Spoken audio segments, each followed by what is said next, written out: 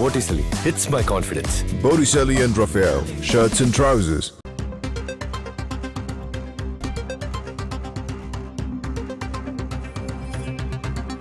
அண்மை செய்தியை பார்க்கிறோம். கனடா நாடாளுமன்ற தேர்தலில் இலங்கையைச் சேர்ந்த தமிழர்கள் இருவர் வெற்றி பெற்றிருக்கிறார்கள். ஹரி ஆனந்த சங்கரி, யுவனிதா நாதன் ஆகியோர் கனடா நாடாளுமன்ற தேர்தலில் வெற்றி பெற்றிருக்கிறார்கள்.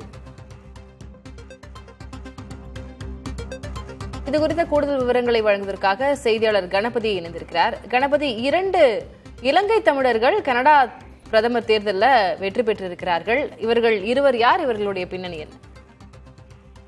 கனடா நாடாளுமன்ற தேர்தலிலே இலங்கையை பூர்வீகமாக கொண்ட 5 நபர்கள் போட்டியிட்டனர். இதில் 2 பேர் வெற்றி பெற்றிருக்கிறார்கள். அதில் ஒருவர் ஹரி ஆனந்த சங்கரி மற்றும் இன்னொருவர் யுவனிதா நாதன். இந்த 2 பேருமே லிபரல் கட்சி சார்பாக வெற்றி பெற்றிருக்கிறார்கள். லிபரல் கட்சி தான் தற்போது தேர்தலிலே வெற்றி பெற்று ஆட்சியை பிடிக்கிறது. மார்க் கார்னி மீண்டும் முதல்வராக பதவியேற்க உள்ளார். பிரதமர் நரேந்திர மோடி உள்ளிட்டோர் அவருக்கு வாழ்த்து தெரிவித்திருக்கிறார்கள். ஜஸ்டின் ட்ரூடோ ராஜினாமா செய்த சமயத்திலே லிபரல் கட்சியின் நிலை மிகவும் மோசமாக இருந்தது. அந்த சமயத்தில் தான் பொருளாதார நிபுணரான மார்க் கர்னி அந்த கட்சி சார்பாக ஜஸ்டின் ட்ரூடோவுடைய இடத்திலே கொண்டு வரப்பட்டார். மார்க் பிரதமர் வேட்பாளராக அறிவிக்கப்பட்டு தேர்தல் நடைபெற்றிருந்த சமயத்திலே அமெரிக்காவிலே ஜஸ்டின் ட்ரூடோ தேர்வு மற்றும் அமெரிக்காவிலே டொனால்ட் ட்ரம்ப் தேர்வு. டொனால்ட் ட்ரம்ப் கனடாவை அமெரிக்காவின் ஒரு மாகாணமாக ஆக்க விரும்பியது. மேலும் அவர் சமீபத்திலே அறிவித்திருக்கும் இறக்குமதி வரிகள் ஆகியவை கனடா மக்களிடம் மனக்கலக்கத்தை உண்டாக்கி இருக்கிறது. கனடாவின் பொருளாதார எதிர்காலம் எப்படி இருக்கும், அமெரிக்காவுடன் உறவு எப்படி இருக்கும் என்று பல்வேறு குழப்பங்கள் இருக்கின்றன.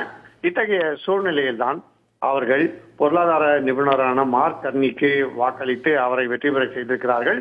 இவருடைய பூர்வீகம் அயர்லாந்து நாட்டை சேர்ந்தது.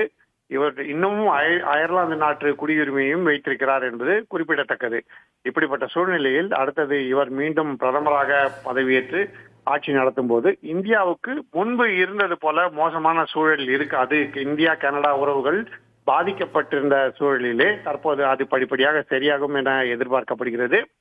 ஏனென்றால் சீக்கிய தீவிரவாத ஆதரவாளரான ஜக்மீத் சிங் இந்த தேர்தலிலே தோல்வி அடைந்திருக்கிறார். அவரது இடத்தை அவரால் தக்க வைக்க முடியவில்லை. அவரது கட்சியும் தோல்வியை சந்திருக்கிறது.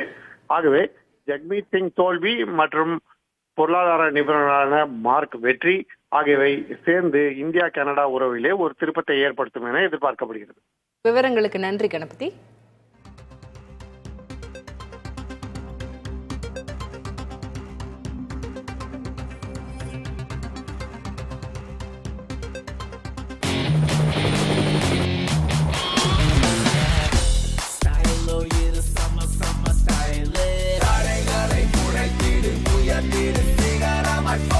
ஃபிட்டான Botticelli இருந்தா கான்ஃபிடென்ட்டா என்ன வேணாலும் செய்யலாம். Botticelli hits my confidence. Botticelli and Raphael, shirts and trousers.